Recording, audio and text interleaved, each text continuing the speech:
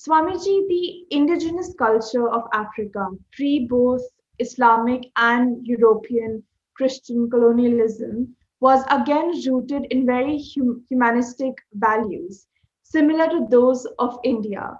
In addition to destroying Africa's wealth, system of governance, education, and self respect, they also mass converted Africa into Christian and Islamic ideologies which are alien to the soul.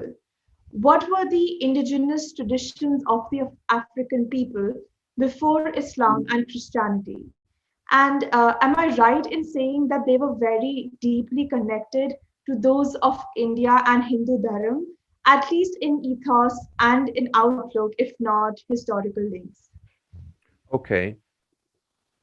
When I answer this question, I'll answer it in the context of looking at the African religions and seeing what level of consciousness one can achieve by following that path, rather than looking at the externals. I will look at the externals also, but I want to look at it in this type of analytical and systematic way. So I will look at the local religions of those who live in Nigeria, because I'm from Nigeria, so I can relate to that much easier. You have the Yorubas, they practice a religion called Ifa, and then the Igbos, they practice what is called Afa. The Yorubas, they worship the God, supreme God, is called Olodumare or Olorun. And in Igbo religion or Igbo society, God is Chukwu or Chineke. So the Igbos and the Yorubas, though their languages are different, but the religion, the spiritual path is practically the same. You just have some differences in names, but the structure is the same. Both of them have one supreme God. For the Igbos is Chukwu, and for the Yorubas is Olorun. And then both of them, they have four main demigods. You have the god of earth in Igbo, the god of earth, her name is Allah, A-L-A. The goddess of sea is Idemili, and the goddess of water is Muamiri. Miri in Igbo means water. So the goddess of water, Muamiri. And then you have the god of fire. His name is Amadioha. So this Amadioha, he also is the god of thunder. He's like Indra. And then Allah, god of land, she's like Mother Bhumi. She's also the goddess of fertility. She's the goddess of morality. And then Muamiri, the goddess of water, this is like Varuna. So now when this is Afa, this is Igbo religion. So now if we look at Ifa, which is Yoruba religion, and this is the religion which has really spread not only in Africa, but in Brazil, Haiti, North America, and even now there's kind of like a upsurge of Ifa religion around the world. It's becoming very, very popular. So Ifa religion, their canon is called Odu Ifa, just like we have the Vedas. But Odu Ifa is more like the Mahabharat. It's their stories, their parables, their rituals to be performed, etc. It composes of 25, 26 chapters and many, many verses. So how they consult with Odu Ifa is when they have very complex questions that they feel that they need more than just their own prayer, then they go to the priest, who is called Babalao. So like they go to the Panditji. And then you may have different levels of Pandits to the point where one will be like a Guruji. And the Babalaos, they practice austerities and they're very much in tune with the inner self. So then the Babalawo, he'll go through a process of divination where he'll get maybe like cowrie shells, and then there's a board that they have, and he'll throw on the board, and then this will direct them to where to read in the book, the Oduifa. And then each chapter or verse is presided over by a particular demigod. I've explained the different demigods, right? At least in Igbo, same in Yoruba. And they're called orishas.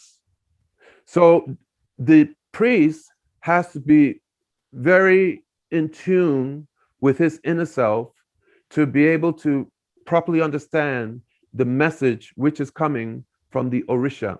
And the orisha will give so much knowledge that will be passed down to the person who's approaching. So the basis of Ifa is developing morality. It's developing goodness in one's life, being truthful, cleanliness, and compassion to others. So in this way, though in African religion, here we're talking about Ifa or Afa of the Yorubas and the Igbos, they understand that there's one supreme Lord. But the understanding is that Lord, that he's so great that we cannot approach him directly. So they go to the demigods, the orishas, and in this way. And generally, the inquiries that they have will be about their material welfare. They generally, it does not go so much into the spiritual realm. I know this because I haven't practiced it, but I have a student who is one of the head priests in Ifa religion. He's like next in line to be a head priest. Actually, his mother's from one tribe, his father's from another. So in both tribes, he practices the religions of both tribes. And in both tribes, he's number 2 to be the head. So he explained everything to me. So the how it's similar, besides the fact that you have the pantheon of demigods, and you have 4 main demigods, but you have numerous demigods. They also have, like, we have the Pitras, the ancestors, then you have the ancestors, and then you have Ori, that when somebody comes and takes a human birth, the Atma, then along with the Atma comes the Paramatma, okay? You know, you have, we are minute jivas, Atma, and then the Supreme Lord, he had Bhagwan, he has expansion, which is Paramatma, and that the Paramatma is situated. We give the example in our Vedic scriptures that it's like 2 birds on a tree, that one bird is eating the fruits of the tree. That is us, the Atma. We're eating the fruits of this material world, enjoying. And the Paramatma is with us, looking, he's Shakshi, the witness, looking to see when we will turn towards him and give up our quest to enjoy within the material world, which is taking us through cycle of birth and death. So Ifa has the same understanding that we go through the process of reincarnation, and that the Atma now has the chance to now become one in spirit with Ori. And the goal is to live one's life in such a way that one gradually, through prayer and through rituals, through austerities, fasting, etc., that one will be one with Ori, and then in this way will be elevated. But I asked my student, his name is Samuel, I asked Samuel, so then when one wants to inquire, how do I achieve pure love? Then will they do Idafa? Idafa is the process of going to the Idofa. He said that actually, that when it comes to very, very high specific knowledge like that, and he's like a chief priest, he said that generally, and he's looking to take initiation into the path, into our path, I mean. So he said that generally, that for that, then you'll be directed. So Ifa is not so close-minded or so narrow that it does not accept other paths, but rather the understanding is that where where you need to go for more learning, if it is not properly accommodated within that path, then you'll be directed to go to another path. So how Ifa came into being is that there's a personality who was with Olodumare in, say, the kingdom of heaven, and his name was Orunmila. So Orunmila, he was sent down from Olodumare's kingdom to come down in the earth and give this knowledge of Ifa, or give this spiritual process of Ifa. Orunmila could come down to earth, then he was tested. He was asked 3 questions. The first question he was asked is, what is Dharma? What is truth? Mm-hmm. And then he explained that Dharma is the pillar and it is the foundation of this earth. That without Dharma, nothing can stand. Right. Then the second question he was asked is, again, what is truth? What is Dharma? He said that Dharma is the power of Olodumare, is the power of God. And then finally, he was asked again, what is Dharma? He said, anybody who lives in proper Dharma and always abides by truth, Satyam Eva Jayate, that person will always be protected by God. Then Olodumare said, you've passed. Now you go down and you take my process to them. So in this way, Ifa has come into this world and still is being practiced worldwide, actually. So I was saying that looking at these different spiritual processes and see where they come in this level of consciousness. So you're taught to come to a mode of goodness, come to Sattva Gun, but inherently there is some issue, and that is that in doing their rituals, then they do blood sacrifices. And that we know that even in all paths, there are sacrifices which have been done, which utilize blood. But we know that somebody who makes some offering, let's say to Kali, that this is worship which is in the mode of ignorance, tamagun. And then you have worship which is rajasic, and then you have sattvagun. Worship which is rajasic means that one is doing the worship and they want sense enjoyment. They want elevation to the heavenly planets, to Swagalok.